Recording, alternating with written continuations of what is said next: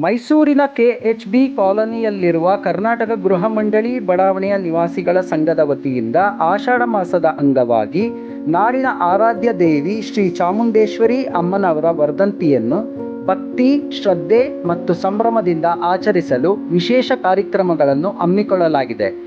August 4, 2026 ಮಂಗಳವಾರ ಸಂಜೆ 6 ಗಂಟೆಗೆ ಶ್ರೀ ಸರ್ವಸಿದ್ಧಿ ಪ್ರದಾಯಕ ಗಣಪತಿ ದೇವಸ್ಥಾನ ಹಾಗೂ ಶ್ರೀ ವೀರಾಂಜನೇಯ ಸ್ವಾಮಿ ದೇವಸ್ಥಾನದಲ್ಲಿ ವಿಶೇಷ ಪೂಜೆ, ಮಹಾಮಂಗಳಾರತಿ ಹಾಗೂ ಭಕ್ತರಿಗೆ ಪ್ರಸಾದ ವಿತರಣೆಯ ಕಾರ್ಯಕ್ರಮ ನಡೆಯಲಿದೆ.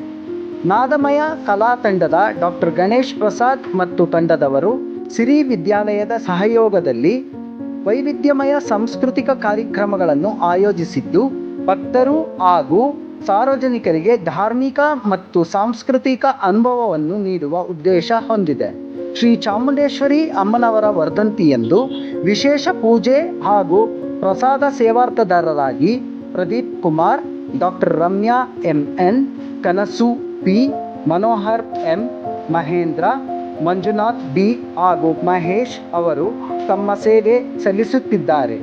ಧಾರ್ಮಿಕ ಆಚರಣೆಯೊಂದಿಗೆ ಸಮಾಜದಲ್ಲಿ ಏಕತೆ, ಭಕ್ತಿ ಮತ್ತು ಸಾಂಸ್ಕೃತಿಕ ಪರಂಪರೆಯನ್ನು ಬೆಳೆಸುವ ಉದ್ದೇಶದಿಂದ ಆಯೋಜಿಸಿರುವ ಈ ಕಾರ್ಯಕ್ರಮದಲ್ಲಿ ಕೆಎಚ್‌ಬಿ ಕಾಲೋನಿಯ ನಿವಾಸಿಗಳು, ಸಾರ್ವಜನಿಕರು ಕುಟುಂಬ ಸಮೇತರಾಗಿ ಹೆಚ್ಚಿನ ಸಂಖ್ಯೆಯಲ್ಲಿ ಪಾಲ್ಗೊಂಡು ಶ್ರೀ ಚಾಮುಂಡೇಶ್ವರಿ ದೇವಿಯ ಆಶೀರ್ವಾದಕ್ಕೆ ಪಾತ್ರರಾಗುವಂತೆ ಕರ್ನಾಟಕ ಗೃಹ ಮಂಡಳಿ ಬಡಾವಣೆಯ ನಿವಾಸಿಗಳ ಸಂಘದ ಆಡಳಿತ ಮಂಡಳಿ ಮನವಿ ಮಾಡಿದೆ.